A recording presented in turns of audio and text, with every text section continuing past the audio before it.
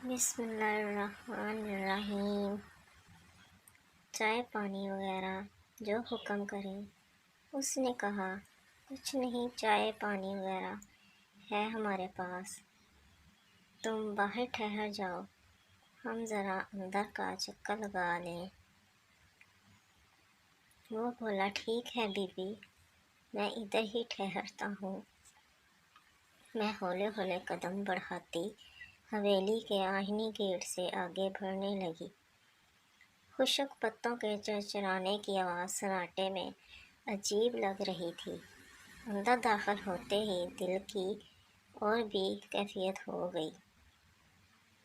وہ رہائش گاہ جہاں کبھی رونق ہوتی تھی اور ہم بچے دوڑتے پھرتے تھے، آج یہاں ویرانی کا راج تھا۔ حویلی کا اندرونی لان جو کبھی پھولوں اور بیل بوٹوں سے سجا رہتا تھا، اب زمانے کی ستم ظریفی اور گزرتے وقت کی شکست و رجت کی داستان بیان کر رہا تھا۔ جوں جوں آگے جا رہی تھی، دل ڈوبتا جا رہا تھا۔ گونگی بحری فضا بتا رہی تھی کہ برسوں سے یہاں کوئی نہیں آیا۔ وہ لوگ جن کے ملنے کی آرزو مجھے اتنے برس تڑپاتی رہی تھی، نہ جانے کہاں جا چھپے تھے۔ سارے درخت، در و دیوار بھی منظر گونگے تھے، کوئی ایسا نہ تھا جس سے میں اپنے پیاروں کے متعلق پوچھ سکتی۔ آصف خاموش سائے کی مانند مجھ سے 2 قدم پیچھے چل رہے تھے۔ وہ مجھے مزید ڈسٹرب کرنا نہیں چاہتے تھے۔ لان کے کونے میں پیپل کے درخت کی طرف بڑھتے دیکھ کر آصف نے پوچھا کیا گھر کے اندر نہیں جاؤ گی؟ نہیں، مجھ میں ویران کمروں میں جانے کا حوصلہ نہیں۔ جنہیں دیکھنے کی شدید آرزو لے کر یہاں آئی تھی، وہ تو جانے کہاں کھو گئے ہیں۔ اندر جا کر کیا کروں گی؟ ایسی ہولناکی کہ کھانے کو دوڑتی ہے۔ پرانے درخت کے نیچے ایک بینچ ابھی باقی تھی، میں اس پر بیٹھ گئی۔ آصف ذرا دیر یہاں بیٹھ جاؤ، میں خود کو تھکا ہوا محسوس کر رہی ہوں۔ سعدیہ بینچ پر بہت گرد ہے، اسے ذرا صاف تو کرنے دو۔ اس نے جیب سے رومال نکال کر کہا، یہ اتنی زیادہ ہے کہ چھوٹے سے رومال سے صاف نہیں ہوگی۔ گرد کپڑوں کو لگتی ہے تو لگنے دو، گرد کو جب جھاڑیں گے تو وہ خود اتر جائے گی۔ اس نے میری بات سنی انسنی کر دی اور تھوڑی سی جگہ اپنے بیٹھنے کے لیے رومال سے صاف کر لی۔ وہ دیکھو، درخت کی شاخ پر جھولا بندھا ہوتا تھا، لیکن اب تو یہاں کوئی جھولا نہیں ہے، ہر طرف سوکھے پتوں کے ڈھیر لگے ہوئے ہیں۔ مجھے تو اب بھی نظر آ رہا ہے وہ جھولا۔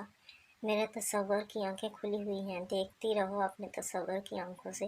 وہ سوکھے پتوں پر بوٹ مار کر انہیں توڑنے لگا۔ تبھی ان پتوں کے اندر بڑی کوئی چیز اس کے بوٹ سے ٹکرا گئی۔ اس نے اسے اٹھا لیا۔ یہ ایک ٹوٹی ہوئی گڑیا تھی جو بوٹ کی چوٹ لگنے سے مزید ٹوٹ گئی۔ یہ گڑیا میری ہے، میں ہر وقت اسے اپنے ساتھ رکھتی تھی۔ میں نے بلا کر اس کے ہاتھ سے وہ گڑیا لے لی، جس کے بال مٹی مٹی اور چہرہ بھی خاک آلود تھا۔ اس نے کچھ کہے بغیر ٹوٹا ہوا کھلونا مجھے دے دیا اور میں اسے ہاتھ میں لیتے ہی ماضی کے درچوں میں گزرتی یادوں کی دنیا میں چلی گئی۔ ہمیشہ شام میر میری گڑیا چھین کر یہاں پتوں میں چھپا دیا کرتا تھا۔ بچپن بیت گیا، میں 8ویں تک پہنچ گئی، مگر گڑیا میرے ساتھ رہی۔ اسے شام میر مجھ سے چھین کر چھپاتا رہا اور میں ڈھونڈتی رہی۔ گڑیا ہمیشہ مجھے مل جاتی تھی، مگر آج یہ آصف کو مل گئی تھی۔ مجھے لگتا ہے تم کچھ زیادہ جذباتی ہو گئی ہو یہاں آ کر۔ ضروری نہیں ہے وہی گڑیا ہو تمہارے والی، یہاں اور بھی بچے آئے ہوں گے، ان میں سے کسی کی ہو سکتی ہے۔ نہیں، میں اسے پہچانتی ہوں، یہ میری ہی ہے۔ ٹھیک ہے بھائی، جیسے تم خوش ویسے ہم خوش۔